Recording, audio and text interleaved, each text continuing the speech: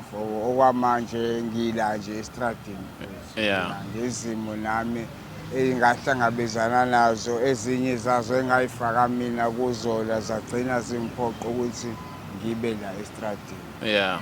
Mangakhuluma nje iqiniso lo nyaka ngithi sekunyaka wesithathu nje la emgaqweni. Kwaphoqeleka ukuthi kube khona indlela phela nami engidisiplineka ngayo, ngidisiplinwa abantu labo engibagangelile. Ngiqale kulo muntu lo engamenza okubi, yabo. Futhi lapho engakwenza kuwena till namhlanje. Alright, Mbukelezwide production nguzwide wasehlohlo umzukulu emantsha amnqobokazi ogide sebendi basaba abaningi umntakanyana ngamakoti ndikuze abashazi ababhevula ngiphansi enkabeni yeTheku nedolobha siphumile ke sathi asiphume sihambe sekubafowethu abahlala emgwaqeni sihambe siyokhuluma nabo sithole ukuthi emgwaqeni bafika kanjani yiziphi inkinga abahlangabezana nazo ngoba kuyenzeka ngasekhaya mhlambe uyabanyanya uthi uma uphuma edrobheni nje uthe inaba labo sinawana laba abasibamba inkunzi kodwa iqiniso lethi akusibona bonke ababamba inkunzi hayi ngoba ngiba defender yini akusibona bonke ababamba inkunzi khona abayiphilela ngokuphanta khona futhi nabayibamba inkunzi khona omunye wasuka ekhaya ngenxa ukuthi mhlawumbe ubamba inkunzi khona omunye ohlala emgwaqeni mhlawumbe usenedumbe ezithize noma ngithi usenabantu abaphansi ngesandla sakhe kodwa ke kusuke kunezathu zakho konke lokho ngalesikhathi siphuma siyakubona nawe lapho ngasekhaya uzokwazi ukuthola isifundo sokuthi ugwema u1 no2 ukuze ngagcina sekwenzeka into ukuthi mfowethu uyaphila Ngiyaphila futhi. hayi ngcono mfowethu makuphileke ngifuna ukuthola mfowethu ukuthi ubani esikhuluma naye wakabani Mfethu igama uSanda isibongo ngowakambambo ngokuhlala ngila eMlazi kwa-M section. Yeah. Mana ke wayohlala eMlazi noma uhlala khona ka-M Goldfish. Yeah. Akezwakala Bafo okwamanje ngila nje estradini. Yeah. Ngezimo nami engahlangabezana nazo ezinye zazo engayifaka mina kuzona zagcina zimphoqa ukuthi ngibe la estradini. Yeah. So la emgwaqeni ufika kuphi unyaka Mangakhuluma nje iqiniso lo nyaka ngithi sekunyaka wesithathu nje la emgaqweni bafo. Ya unyaka wesithathu. Yeah.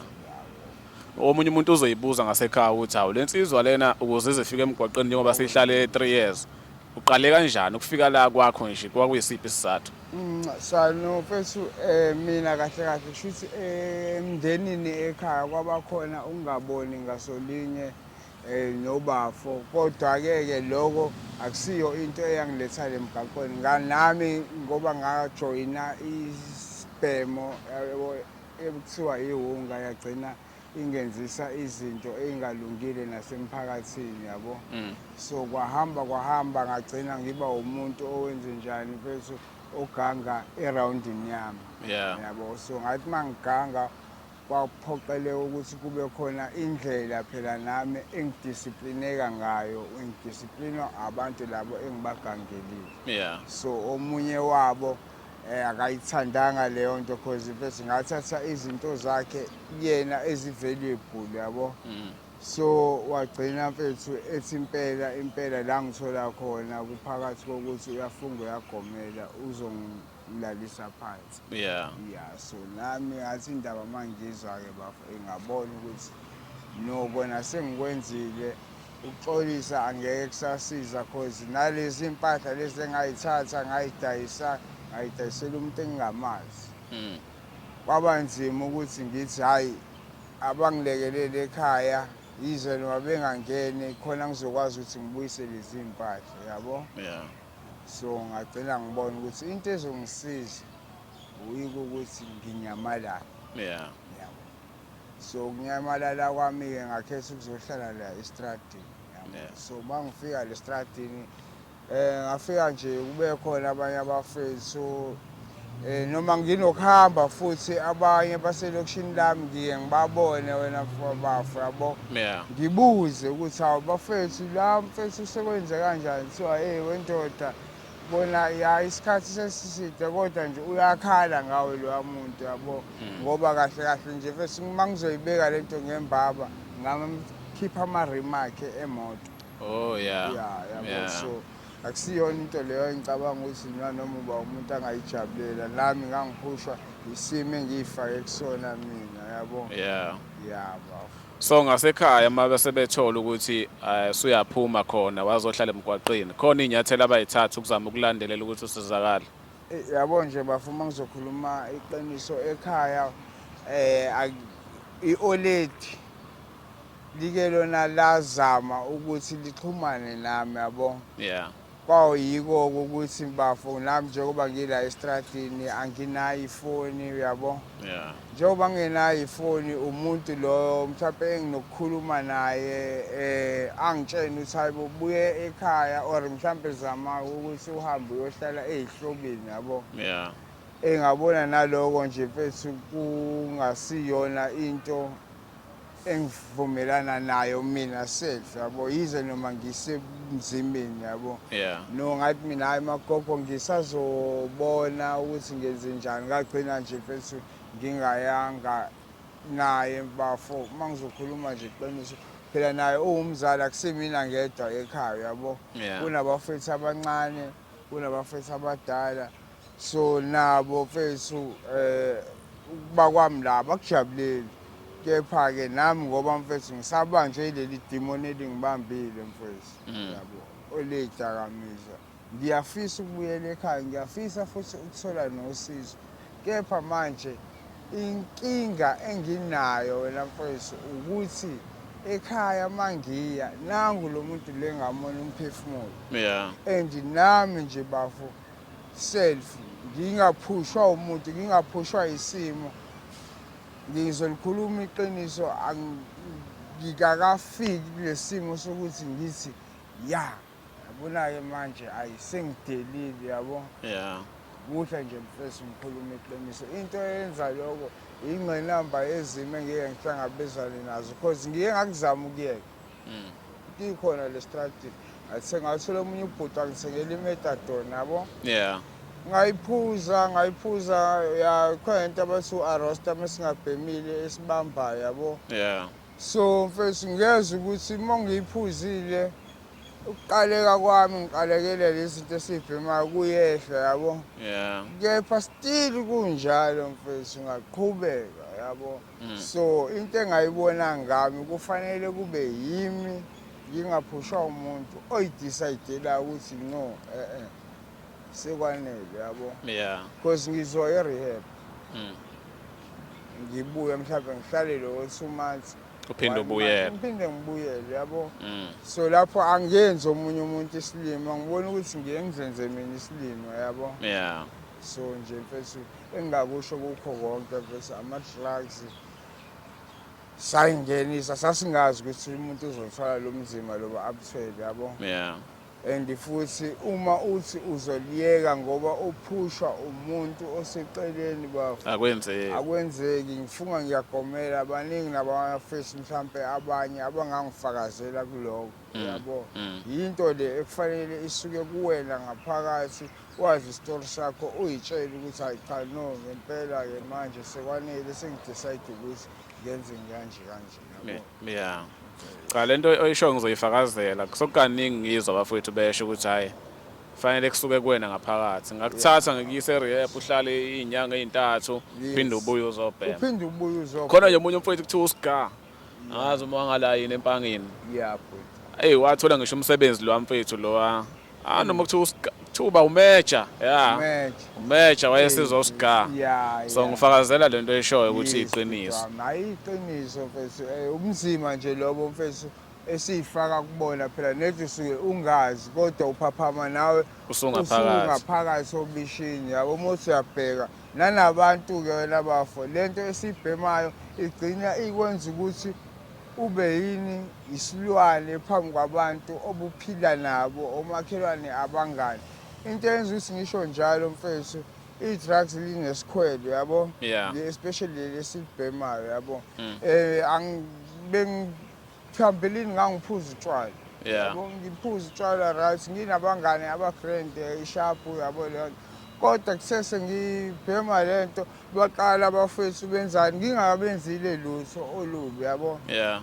Bahlehla uyabo. Yeah. One mfethu akekho umuntu othanda ukusondela eduze komuntu ongcolile nje. Ngizokubeka nje kunga Yeah. siyangcola mfethu yabo nje kuningi mfethu singabe sageza uyabo. Yeah. So akekho umuntu mfethu ongithanda ukubona engiye ngibone efisa ukusondela eduze kwalowo muntu. So lowo muntu mase sukuleso simo very obvious labantu abaclose kunawo bazoqala bashifte kancane kancane yabo. Yabo. Yini So phambilini Musa sekhaya yeah. njengomjidi ubunayo intombi. Benginayo intombi mfethu, iy'ntombi benginazo impela bafu yabo. Yeah. Ya so mfethu kwahamba nazo iy'ngane zabantu zabona ukuthi no ngeke ngathi ngimosha isikhathi sami la yabo. Yeah. Lo muntu lokunokuthi siye phambili ngathi sibuyela emumva kakhulu yabo. Yeah. For one mfethu leyo mali leyo encane oyitholayo yabo. Yonke uzoyithi dvu Kulezi. habits yakho yabo. Yeah. Nano imuphi umuntu esifazane ngokwami kodwa ukubona nongokwazi uyadinga ukuthi once in a while kube khona izinto omjabulisa ngazo. Yeah. Uyayibona leyo nto. So njengami njengoba ngisacenjezeleke kulezi akukho mali mfethu engingathi ngiyayithola ngizohlala mhlawumbe ake ngithengele umama into yokuthi yabo. So nje mfethu kunzima bafo ukuthi ungaba nentombi unless nayo ibhema. Yeah. Yeah. Nizojola ke lapha yabo. So uthando vele njalo uthando ngeke uye ndawo vele Yeah. yabo. So nje mfethu iqiniso lilapha. Yeah, ngikuzwa kahle mfowethu. Ngiye ngizwe abanye kuthothi mhlawumbe umzali usuke ekhaya uyahamba estradini yogcina ingane yakhe ayibone ayinikeza impahla enye ithathu uyidayisa. So ngifuna ukuthola ukuthi wena umndeni wakho uyakwazi ukuthi ufike ukuzokubheka ugcine nini ukubona osesibakha abafowenu yakwazi ukuba ukuthi nihlangane. Mina bafabo nje umndeni wami ioledi lami kushuthi likuphi njengamanje lisemnambithi. Yeah. Yabo. So umuntu ola eThekwini abafowethu. Yeah. So umfowethu ngigcina nini ukumbona December. Yeah. December bafo. Nakhona ngimbona futhi ngenhlanhla yabo. Ngathi nje ngise ikuphi la Musgrave. Musgrave. Yeah. Yabo. Imoto yakhe ngayibona ekuma parking lapho ngiyangibhizi ngigqoma yabo leyo nto ngicela kubantu ngicosha namathini emgqomeni yabo. Yeah. So mangiqalaza ngigcina ngibona imoto ngisho nale ya moto ngisho ngathiwa imoto yabafu le yabo. Kanjalo ke mfethu ngime agcina umfethu hayi impela aqhamuke manje ngiyabheka uye ngempela yabo. Yeah. Undoda ihamba kanjani hayi ngiyaphila hey wena ngeke mfethu lento yakho yokuthi uzompasa kanje emgaqweni yabo ndoda buyele asambe manje sekhaya. Ayi bafo kuhle ngikhuluma iqiniso ngaqala kwayimina futhi oba nezitori yabo. Yeah. Umfethu wathi hayi ndoda ngene emotweni sami ngaqala nganezitori ngoba yini ngiyazi ukuthi mase asekhaya umfethu akaphemi akaphuzi umuntu straight oqondile yabo. So mina mangiye ekhaya ngizofika ngihlala lelo suku lo yabo. Yeah. Ngakusasa sengifuna futhi lezi zinto zami. Yabo ngoba yena akekho mangisekhaya akekho la ekhaya eMlazi la ngisuka khona yabo. Usenomuzi wakhe eceleni yabo. So ngangizohamba ngiyohlala kuyena ngoba nanesimo sami esangisosekhaya uyasazi yabo. Yeah. So ngangizohlala la ahlala khona yabo. So mfethu ngamtshela nje ukuthi no bafo ngeke ngikwazi ngoba manje mfethu uyazi ukuthi ngiyabhema and into ezokwenzeka sizosuke sixabane yabo. Yeah. Because lento mfethu mase sengiyidinga imali ngizoyithatha. Angazi umuntu nala athi angihambe ngiyohlala khona yabo naye. Akekho umuntu engathi mhlawumbe kukhona engakuhlanganisa or mhlawumbe kukhona leyo piece job nyana engizoyishaya ngikwazi ukuthola imali. Angazi nje umuntu ngazi yena kuphela yabo. So into ezokwenzakala ngizogcina sengenjani sengithathe ey'ntweni zakhe mfethu. sogcina usuyodayisa zona. Hambe ngiyodayisa zona yabo. Lapho kunokuthi iy'nkinga engibhekene nazo ngiy'nciphise ngiyazandisa yabo. Yeah. So nje ngamtshela nawe ukuthi hayi mina bafo ngeke angeke ngikwazi isimo so-1 no-2 no-3 yabo. Yeah. Kodwa bafo engikhala ngako ngingajabula futhi uma ungangizama ngey'mpahla zokugqoka yabo leyo nto. Yeah. Angisenalutho uyabona nawe ngigqoka amaphaca futhi iy'ngubo uyabona kunjani yabo. Yeah. Awu yena wawumjida ngoba phela sizalwa naye wangizwela mfethu wangizama-ke ngalo wangizama ngawo okuyimali yabo. Yeah. Wanginika nje lawo masenti wathi hayi ndoda nami bengazi ngizohlangana usuzobamba kanje. Yeah. Thatha-ke lo wangipha kona. Futhi noma kunjalo mfethu angikusebenzisa ngale ndlela esasivumelane mina nawe ukuthi ngizohamba ngiyothenga iy'ngubo. Yeah. Ngithatha leyo mali ngathenga zona lezi dakamizwa lezi ezingilethela engila ngazo kumanje. Ngifuna ukubuyela kuleyo ukuthi uyafisa ukuphuma kule mpilo. Ngiyafisa, Kodwa futhi baba. kuneqiniso olukhulumayo ukuthi Ngiyafisa. awukabi ready. Yaba. So wena ngokwakho isiphi isisombululo obona ukuthi singaba ushowcase njengoba ungakabi ready because ngicabanga ukuthi ufanele ube ready ukuthi uphume kule mpilo bese uba ready ukuthi kufanele uhambe kumfowethu lo wamone ngale mhlambe ugcine senilekelelana nomndeni ukuthi haya simkhokhele umfowethu sengifuna ukubuyela esimeni esiright uxolise yabo. Yabo bafo ngiyakufisa into engiyifisayo because nami nginane ingane yabo. Yeah. So njengoba ngila estratini yabo ukuthi ngizohlala la forever into engiyenze ngiyafisa ukuphuma mina ngokwami into engathi ingaba isombululo ingilekelele mangathola mfethu ukuthi 1 kube khona mhlambe indlela yokuthi kuthiwa ndoda no hayi awuzama ukuthi khona itohonyane uyangizwa ngithini bafo. Kube khona umuntu ozothi awuqale uyilungise wena. Yeah. Yabo mase awuyilungise wena mhlambe athi zama ukuthi ndoda uyiclean uphume wonke lo doti losufaka emzimbeni wakho yabo. Mawuqeda lapho mfethu sizokwazi ukuthi sikuzamele mhlambe okulitohonyana khona uzokwazi ukuthi uyikhiphe busy. Yabo lonto because lento mina into esengiyibonile ngayo ngoba ngaqala ukubhema mfethu 2009 kwakuzoba i-World Cup. Ngikhumbula kahle. Into esengayibona ngaleli drugs mfethu ungaliyeka but ukuliyeka kwakho uma uzohlala ungenzi lutho ingabi khona into oyenzayo oyikhipha busy ngayo uzohlala ekhaya sanginoloku uhleli mfethu wonke lama flashback ememory ayabuya ngisho.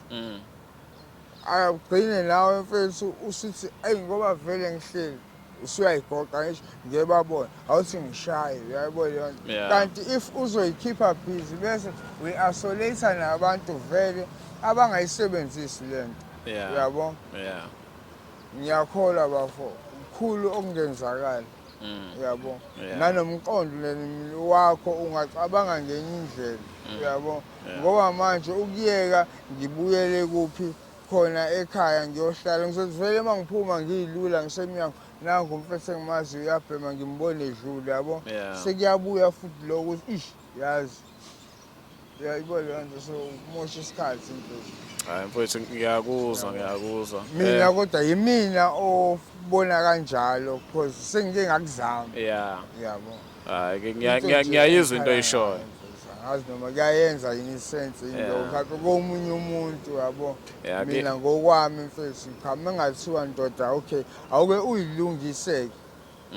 Usothi mase usuyilungisile sikuzame angisho ukuthi mhlawumbe kube khona umuntu ozothi hayi ndoda hayi sokufaka ifamily ngokuthi uzosebenza mfethu bafo kube khona into engizoyenza mhlawumbe like even ngisho ijared hayi ndoda awufike usuku nosuku uzongiklinela la wenza ukuthi uwashe lezi moto wenza ukuthi yabo kube khona noma eshisanya kube khona mfethu into engiyenzayo ezokwenza ukuthi umqondo wami mfethu wenze njani ubone ezinye izinto ufise nezinye izinto hayi lezi zinto esengiyijwayele mina ukuthi yabo mhlambe ngoba bakhona abantu abasibukela njengoba usho ukuthi ungawasha imoto ijalidi yeah khona kunabazali abasibukele la ongaba nesihe kodwa ngaphambi kuba kuvuleka inhlanhla mhlambe bengathanda ukuthi ekhaya yeah njengoba ngizothi umuntu wabaphoxa yeah kakhulu udlulisa amazwi okuxolisa kubazali nengane yakho ukuze nayo ngelinye ilanga engaweli kulesimo ngalesikhathi uxolisa kuyona uzobe ususa nebhadi lokuthi nayo ngelinye ilanga engabi kulesimo okusona gcina sekuthiwa hawu ifuze uyise noyise wayensha kodwa mhlawumbe uma ungadlulisa amazwi okuxolisa kuyona nokungayinakekeli nje ungathini bafo ngaqala nje mfethu ngiqale kulomuntu lo engamenza okubi yabo futhi lapho engakwenza kuwena till namhlanje alukho usuku oludlulayo ngingakaze ngicabange or ngifise ukuthi izinto zishintshe but ngiyazi ukuthi akulula kanjalo because ngathatha izinto zakho engicelayo kuwona ngisacela ukuba enhlizweni yakho ngaphakathi ungixolele nami ngizozama mangithola amandla mhlawumbe ukuthi kube khona engikwenzayo ukukhombisa ukuthi ngalesi simo engasenza kuwena ngiyaxolisa engicelayo nje mntaba ukuthi okwamanje ungibekezelele kodwa kukho konke ngiyokushintsha nami kuyoba khona indlela or into engiyenzayo eyokwenza ukuthi lokho kudlule okunye bafo okubalekile sengathanda ukuthi ngidlulise kwingane yami yeah igama layo uNdalo mfethu hlala le eMlazi sisi lapho ukhona ngithi nje ukubalekile engakusho ngicela ungolele ngiyazi ukuthi angisiyena lo mzali lo ekufanele ngabe nguyena kuwena kunezinto osudlule kuzona njengomntwana bekufanele angabe ubaba wakho mhlawumbe uyakucathuzisa lapho kepha ubaba wakho akekho eduze kwakho njengamanje and sekuyisikhathi so lokho nami akungiphathi kahle sisi engicelayo nje kuwena ukuba uxolisa inhliziyo ungixolele angiphiki ngonile kepha kuye kuthiwe nangesintu sethu awukho umgqomo wokulahla umuntu nami ngiyakuthembisa ngokuhamba kwesikhathi ngizoba yilo baba lokufanele ngibe uyena yeah ngicela ukugcwalisela kuphezulu kwalento akayisho umfowethu ngizolikhuluma iqiniso ngoba ngiyambona owesibili umfowethu clean isiqoko clean iskipa clean isikhindi clean enyaweni uclean obhaqqa abafakile ngisho amasokisi uclean so ukuba clean kwakhe kuyanginika ithemba lokuthi ngampela ngelinye ilanga angashintsha lokho ngikusho ngoba khona abanye abafowethu abahlala emgwaqeni umuntu ashintshe gcine sekumlando ukuthi azubani wayehlala emgwaqeni but namhlanje uyasebenza unemoto yakhe thi umuntu akalahlwa wena ungambona ela emgwaqeni mhlawumbe ngoba ngikhuluma naye kanje usengaphuma la ahambe ayothola ezinye izingane phezulu kwengane nayo mhlawumbe izingane zakhe ngelinye ilanga izona engabe iphethe emsebenzini mhlawumbe sekuyizona eziqasha izingane zami yabo mhlawumbe bazukulu bama ngazi kusasa bayobenjani mhlawumbe bayosizwa izingane kamfowethu so awukho umgqomo okulahla umuntu noma kuthiwa mhlawumbe wakona but umuntu masethe uyaxolisa suke sakusho konke sekungaba ukuthi ngampela lezi zinto akazenza uyakwazi ukuthi ayipheshe noma akakwazi ukuyiphesha but umuntu masethe uyaxolisa suke sekusele ngakuwena ngiya-understanda akukho lula ukuthi uma umuntu wamukela nje ukuthi hawu usinawana uzovela athi nje uyaxolisa ngisazohlanganiswa yabo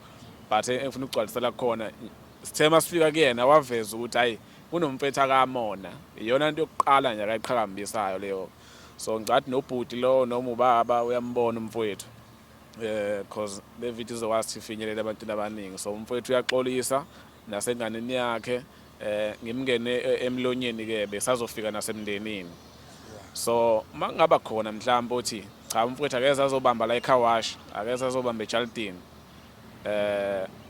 singamcinga sesimthole nathi simtshela hayi nakho kuvelayo bafo yabo phela sekungaba sekutheni njengoba esho ukuthi uyabhema enze sure ukuthi uyayimisela ukuthi akagcini seganga yabo mfowethu mhlawumbe nje singagoqa ngane yakwethu singagoqa mfowethu kodwa sesengihamba njengoba ukade wafika la intombi wawunazo awusenazo khona ezinye ezivukayo nje la estradini hayi futhi ngafu wethu ngisuku bafuna ukhona ukuthola ukuthi kuba yiloko nje kubonana kokusizana nje ngaleso sikhathi akubi kodwa into engathi mfethu iba isikhathi eside yabo manje kanjani thina ngala ngoba sisahlala endlini sihlala emjondolo sihlala emafletini kuye kuvuke mhlawumbe kuthothi izingane ezovela kakhulu uma ngathi unemali uma unganamali njengami awusha nendlu ngala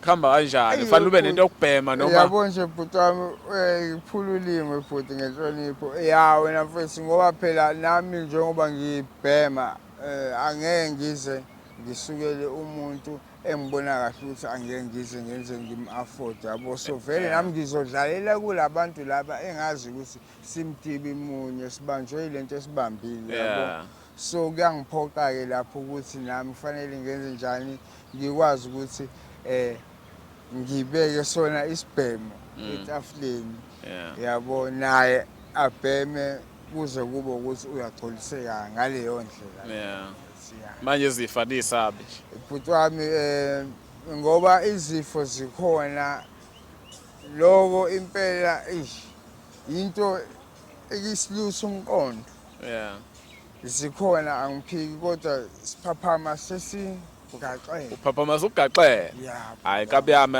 angikukhulule ngoba nawe uyaphanda ngiyabonga asikufisela inhlanhla futhi ngathi ngelinye ilanga ungabe usumjika mhlawumbe nawe usushaya sona isipani engishayayo noma mhlawumbe usuzenzele esinye eceleni esiqondile ngiyabonga bhuti wami bengisacela nje futhi ngenhlonipho ubeka nje ukubili okuthathu kuye umndeni wami ngaqala nje ngithi oledi mawami lapho ukhona mawukuthi lo myalezo uyafinyelela kuwena ngiyazi wachitha isikhathi esiningi ungikhulisa sengibe nami umfana ngeke ngisho ukuthi ngiyindoda sengikhule kwanele engingakusho nje ukuthi ngiyaxolisa kakhulu ngokungabi ile ngane owufisa ukuthi ngibe yiyo kepha engicela kuwena ukuthi ithemba ungalilahli nami ngizolithola usizo ngizokwazi ukuthi ngelinye lamalanga ngingazi ukuthi kuyobe kuyinini ngiyofisa nami ukuthi ngikujabulise uke uhleke ngenxa yami iloko kuphela nje hayi mfowethu siyabonga siyathemba ukuthi umlayezo uzohamba ufike kumama uma enefoni nje uzofika ngibonge kakhulu bhuti siyabonga kakhulu qha ngibonga mina azwa mfowethu thank you ayivale mfana wethu hey tora ayivale mfethu